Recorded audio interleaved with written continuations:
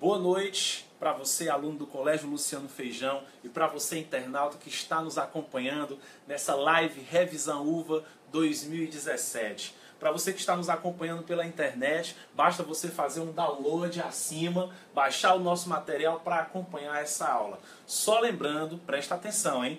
Dia 8 vai ter aulão lá no Centro de Convenções. Aulão, revisão UVA, pela manhã e pela tarde, os nossos melhores professores, a nossa melhor equipe, e a gente conta com a sua presença lá. Vai lá, faz a sua inscrição, é a sua última chance para conseguir a sua vaga no vestibular da UVA 2017. Eu sou o professor Raul Castro e vou ficar responsável por comentar a vocês os 5 livros da UVA referente ao assunto de literatura. Então vamos lá, presta atenção. São 5 livros, ok? Moço Loiro, Vidas Secas, Fogo Morto, O Grande Mentecapto e Dona Guidinha do Poço. São esses 5 livros que você tem que concentrar a sua atenção, o seu amor devoto e divino, para que você consiga acertar as questões da UVA. Na prova de conhecimento geral, são 4 questões, que você deverá acertar essas 4. E na prova de conhecimento específico, geralmente entre 5 a 4 questões, ok? Sendo que na prova específica, para quem vai fazer aí direito, lembra de estudar figuras de linguagem, porque a UVA sempre faz uma cobrança especial nesse assunto. E a gente vai começar aqui resolvendo algumas questões básicas que a UVA pode vir a lhe perguntar. Primeiro, do livro Dona Guidinha do Poço. Presta atenção, você que está com o nosso material. Se não estiver, basta fazer o download. Vamos lá, olha só. Pode-se afirmar que a personagem central do livro é... Essa pergunta, gente, é sempre marcada na UVA, certo? A UVA sempre vai fazer essa pergunta para você. Quem é a personagem central? E quando eu digo a personagem, eu não me refiro somente ao gênero feminino. Então fique bastante atento, certo? Vamos lá. Em Dona Guidinha, o nome já meio que entrega a resposta. Mas veja só, quem seria, no caso, a personagem central? A. Margarida. B. Honorina, C. Eulália, D. Sinhá Vitória ou letra E. Amélia? Bom, a UVA basicamente ela vai geralmente colocar para você personagens todos do mesmo livro. E claro, somente até o item D, certo? Mas aqui eu resolvi colocar alguns personagens de livros diferentes justamente para a gente fazer alguns comentários. Veja só, Margarida é a personagem central do livro, certo? Por isso o nome Guidinha, ó, Guidinha do Poço. Poço porque o nome da fazenda onde ela mora chama-se Poço da Moita. Então fica Margarida do Poço, Guidinha do Poço, ok? A Honorina eu quero que você lembre do livro Moço Loiro. Apesar de que no livro Moço Loiro, a personagem central é o Lauro, certo? Honorina é uma das protagonistas e, claro, muito importante. Você tem na letra C, Eulália. Eulália é do romance Dona Guidinha do Poço, certo? Ela vai acabar se namorando com o Secundino, que é com quem supostamente a Margarida vai ter um caso, certo? E a Eulália vai se apaixonar pelo Secundino, mas a Margarida vai boicotar esse namoro por meio espalhando aí uns fuxicos, né? Junto com uma prostituta chamada Ana Balai. Você tem na letra D, Sinhá Vitória, que é do livro Vidas Secas. Não esqueça dos personagens de Vidas Secas. Você tem Fabiano, Sinhá Vitória, o menino mais novo, o menino mais velho e a cachorra baleia. Claro, são os personagens principais, né? Você não vai esquecer de outros personagens, como o seu Tomás da Bolandeira, o próprio Soldado Amarelo, enfim. E na letra E, você tem Amélia.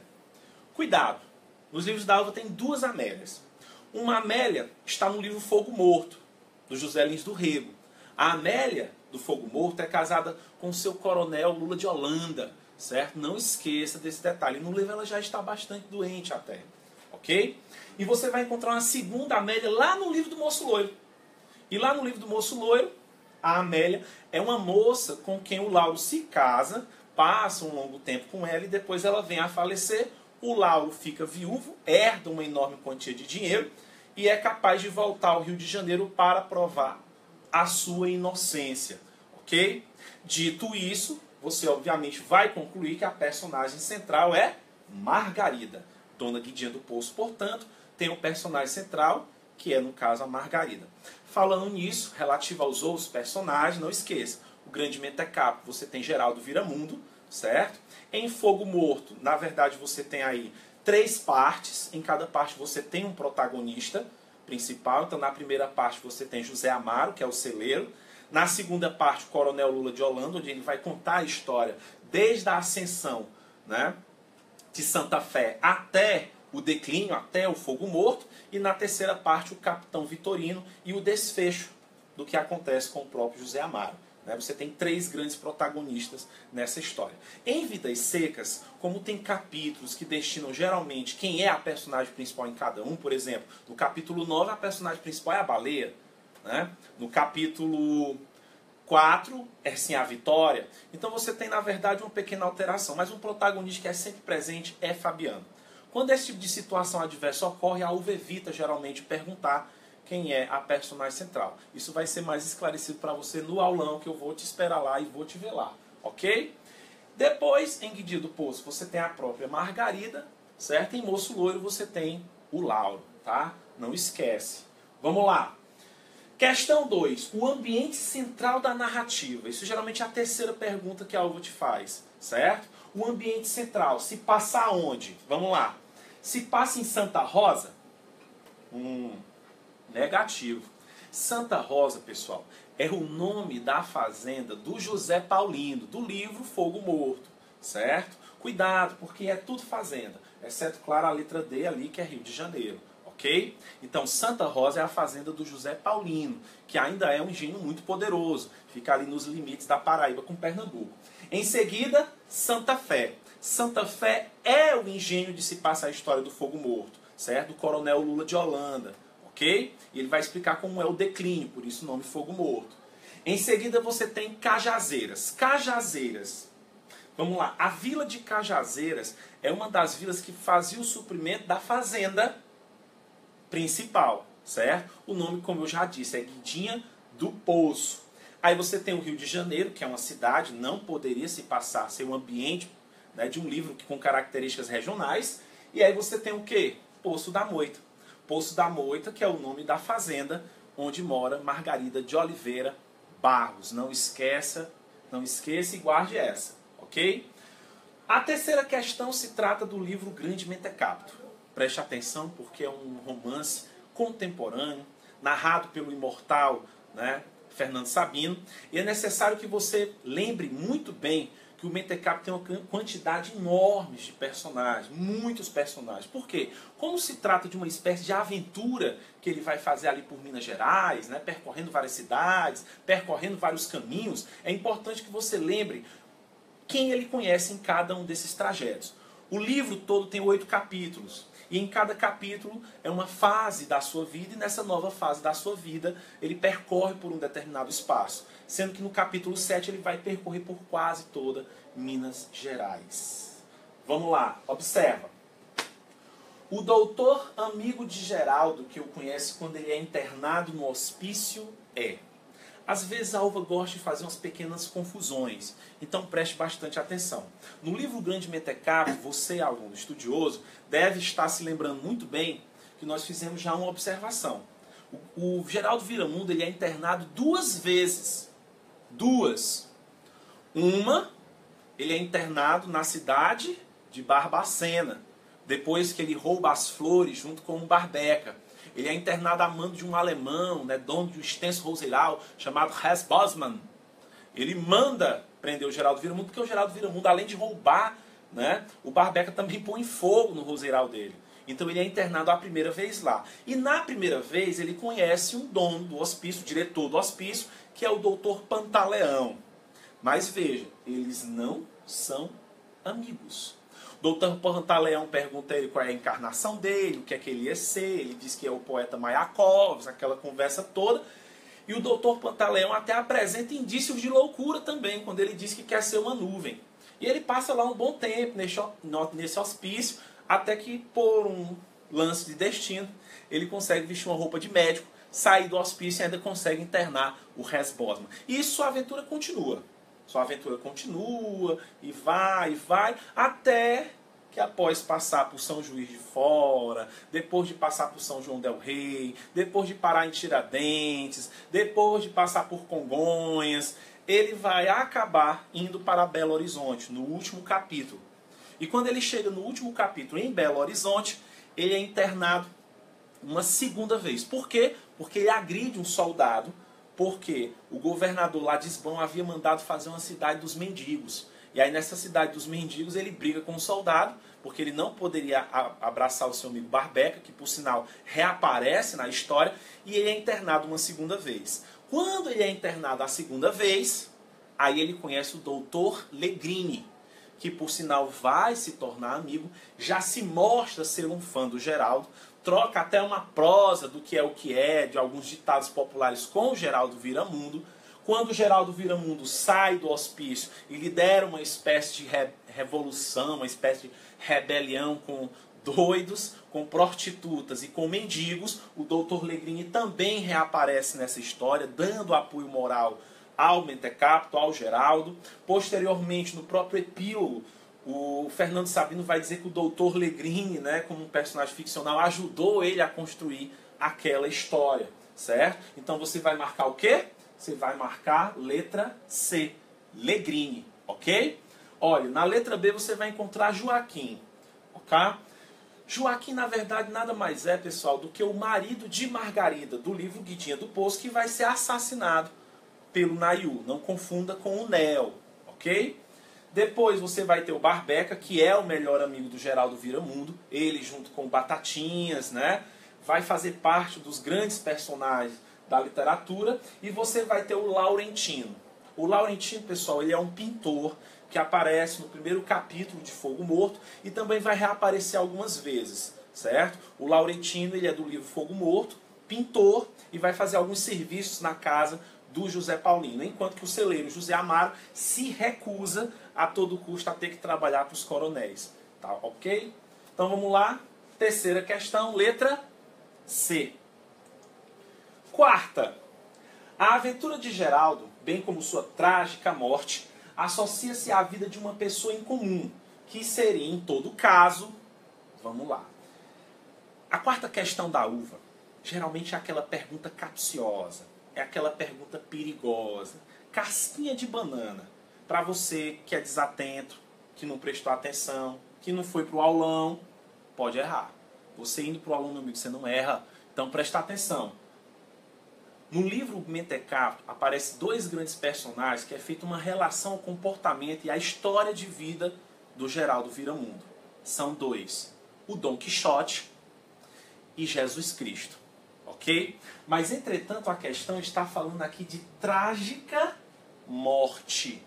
Observe bem, ele se refere à morte. E Geraldo Viramundo, pessoal, morreu aos 33 anos de idade. Ele morreu enforcado numa árvore, quase que, digamos assim, pendurado em uma madeira, e quando foi no final que o próprio irmão que estava envolvido no assassinato do seu irmão, que não percebeu que era ele na verdade, quando ele retorna com o bando, um louco vai lá com um espeto de pau e perfura o seu estômago, fazendo alusão à ideia da lança, né, quando o soldado perfura o corpo de Cristo, certo? Então isso vai fazer uma analogia à vida de Jesus Cristo. Mas ele também é um personagem quixotesco. Claro que você vai marcar que letra? A letra E, no caso a letra D, que seria na sua prova. Jesus Cristo. O Dom Quixote se refere mais ao seu comportamento enquanto pessoa.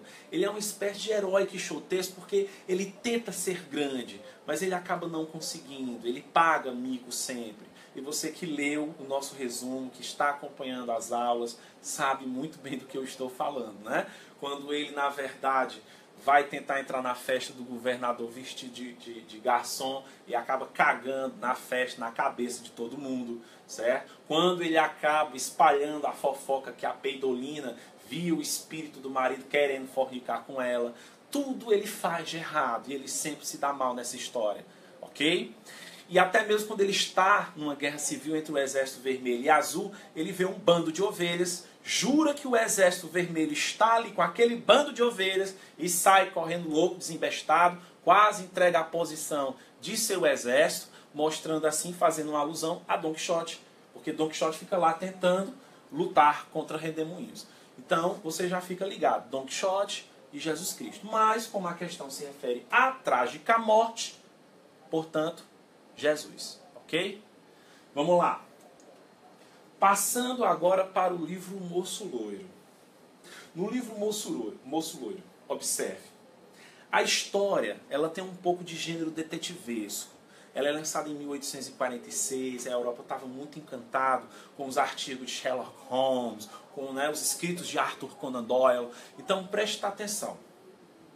A história vai ser traçada em 3 eixos de pontos. Qual é o primeiro eixo? Saber quem roubou a Cruz Dourada. Segundo ponto, quem é o Moço Loiro. Terceiro ponto, o romance que vai haver entre a Honorina e o Moço Loiro, porque é uma história de romance. E claro, nesse meio termo, entre esses 3 pontos, você ainda vai ter a questão de ser uma obra de costumes, certo? Uma obra que vai tratar, né, do dia a dia da sociedade burguesa. Inclusive, o próprio Joaquim Manuel de Macedo, né, descreve com muitas peculiaridades, com muito descritivismo, os saraus, certo? Esse sarau que era feito, realizado pela Dona Tomásia. Então vamos lá. O Moço Loiro, na verdade, é... Qual é a verdadeira identidade do Moço Loiro? Você vai perceber que o Moço Loiro é, na verdade, quem? Lauro, certo? O Lauro se revela como grande Moço Loiro. Você já começa a perceber logo essa coincidência a partir do capítulo 4. Quando a Honorina e a Raquel estão ali conversando, elas escutam um barulho na janela e quando é de manhã ela pega uma carta mencionando que ouviu ela falando de um grande amor de poeta, um grande amor maravilhoso. E logo em seguida, no capítulo 5, o Hugo, que é o pai da Honorina, recebe uma carta do Lauro, certo? Então, na verdade, o Moço Loiro é, na verdade, a identidade de Lauro. E ele se torna, por viés, o personagem principal do romance. Estamos entendidos? Personagem principal do romance. Félix é, na verdade, o ladrão da Cruz Dourada. Ele acoberta esse crime juntamente com Otávio, que tenta, por meio de uma falcatrua, conseguir a mão de Honorina, inventando, junto com Félix, né, que é o guarda-livros, que é o contador da empresa, uma espécie de uma dívida que não existia, e como forma de perdoar essa dívida, casaria com Honorina. Você tem Antônio. Pois bem, esse nomezinho Antônio é peculiar. Você vai encontrar ele 2 vezes nos livros da Uva. Um é um vaqueiro no livro Dona Guidinha do Poço. Por sinal, é muito importante, é um homem de bem, é o pai do Nel, né? E ele até mesmo impede que o Silveira parta para cima do Major. Posteriormente, ele vai sair da fazenda, certo? E o Antônio também aparece no primeiro capítulo do Moço Loiro, que é o teatro italiano. Mas ele é um personagem que tem uma participação e não tem uma continuidade. Ele nunca mais aparece no livro, né? Ninguém mais o vê, ninguém sabe como é, não há nenhuma descrição de profundidade psicológica em torno do personagem. Não existe isso. E aí acaba que não é, portanto, Antônio. E você tem Hugo. Hugo, na verdade, é quem? O Hugo, na verdade, é o pai da Honorina, certo? É o filho da Ema, portanto, torna ele o quê? O tio do Lauro, certo? Ele era irmão do Raul, que, por sua vez, o Raul teve um filho chamado Lauro. E o Hugo teve uma filha chamada Honorina, certo? A Honorina, no caso, tinha os seus 16, em torno aí, e o Lauro, obviamente, acima dos 21 anos. Ok? Beleza, galera? Então, portanto, o Moço Loiro, na verdade, é quem? É quem? É quem? Portanto, letra D, Lauro. Não esquece de marcar aí no seu TD, no seu material que você fez um download. Ok? E a 6ª questão. Classificação. A Uva adora cobrar classificações, então fica ligado. O romance pode ser classificado como... Qual seria? Ele é um romance histórico? Ele é um romântico regionalista? Ele é um regionalista modernista? Ele é um romântico urbano? Ou ele é de literatura contemporânea? Vamos lá, vamos comentar. O que é um romance romântico histórico? Certo? O romance romântico histórico, pessoal, geralmente se concentra na literatura produzida no século XIX, que vai se concentrar na literatura voltada para a época do Brasil colônia. Por exemplo, A Guerra dos Mascates, de José de Alencar. O próprio Cabeleira, de Franklin Távora, tem um pouquinho dessa vertente histórica, apesar dele misturar-se com a regionalista. Então você, na verdade, descarta o item A, porque o livro Moço Loiro se passa em 1846, metade do século XIX, ok? Romântico regionalista. Bom, o romance romântico regionalista se concentra também nas produções do século XIX, mas que vai se passar no interior, vai se concentrar nas fazendas, certo? Então não pode, porque o Moço Loiro se passa no Rio de Janeiro, ele fica ali, né, transpassando entre o Rio e Niterói, ele não se passa no interior, ele não é como Inocência, que se passa na fazenda do Mato Grosso do Sul, ou Mato Grosso, né? Não é como o livro Escrava Isaura, que se passa no interior do Rio de Janeiro, ou como o livro Sertanejo, que se passa em Quixeramobim. Não se trata desse ponto. Ele é da cidade. E quando é da cidade, você já sabe que ele é urbano. Ele não pode ser um regionalista modernista. Quando a gente fala de modernismo, nós estamos falando de quê? Nós estamos falando dos romances produzidos a partir da década de 30. Aí você tem Raquel, você tem Jorge Amado, José Lins do Rego, Graciliano Ramos. Portanto, os livros regionalistas modernistas são, na verdade, quem? Fogo Morto e Vidas Secas. Esses dois, sim, se cair na sua prova perguntando a classificação, aí você dá regionalista modernista, ou, no caso, regionalista de 30, certo? E o romântico urbano? Aí sim, o romântico urbano realmente é o livro Moço Loiro, certo? Porque ele se passa na cidade, porque ele trata de uma obra de costumes, porque ele vai explorar o dia a dia da sociedade carioca, a alta sociedade. Por exemplo, que se preocupa com os casamentos, com as filhas namorarem com os rapazinhos ricos da cidade. É toda uma preocupação. Por exemplo, no capítulo 2, né, há lá uma tentativa clara e nítida, né, quando a dona Tomásia fica sabendo quem é Otávio, ela diz, mas não é possível? E aí o narrador diz assim, olha, dona Tomásia já tinha uma lista de todos os homens ricos da cidade. Justamente porque era uma sociedade pautada no interesse, nessa questão, a idealização do casamento ficou, né, para além, certo? O negócio era ter um casamento bem sucedido. A própria Raquel, a prima da Honorina, tem um pensamento que destoa do pensamento da Honorina. A Honorina é muito, o nome já diz, né, onírica, muito sonhadora, sonha com um casamento maravilhoso, idealizado realmente do romantismo, talvez pelo tempo que ela passou no convento. Mas Raquel não, é racional. Raquel tem consciência que os homens querem as mulheres, por quê? Por causa dos seus dotes. Raquel tem consciência, por exemplo, quando ela ia para o sarau, que os homens já iam com as cantadas todas prontas. É por isso que ela, por exemplo, convence a Honorina de que os homens eram falsos. Os homens que elogiavam a Honorina na festa, cortavam ao mesmo tempo ela para as outras mulheres. Ok? Fica a dica aí para as meninas, então, ó, fica ligado, sociedade interesseira. Ok? Portanto, ele é um romance romântico urbano. Se passa na cidade, trata-se de uma obra de costumes e se trata basicamente também elencar, certo? As características do comportamento da sociedade burguesa da época. Ele não é contemporâneo, pessoal. O livro é de 1846. Os livros contemporâneos que nós temos é após a terceira geração do modernismo, né? Na verdade, literatura contemporânea é, por exemplo, o Grande Mentecato, certo? Então vamos lá. Aí você pensa, professor, e Guidinha do Poço é o quê? Guidinha do Poço, ele é um livro realista. Por que realista? Porque você vê que ele desmancha a concepção, né, da mulher romântica, da mulher perfeita. Não, Margarida trai, Margarida mente, Margarida manda matar.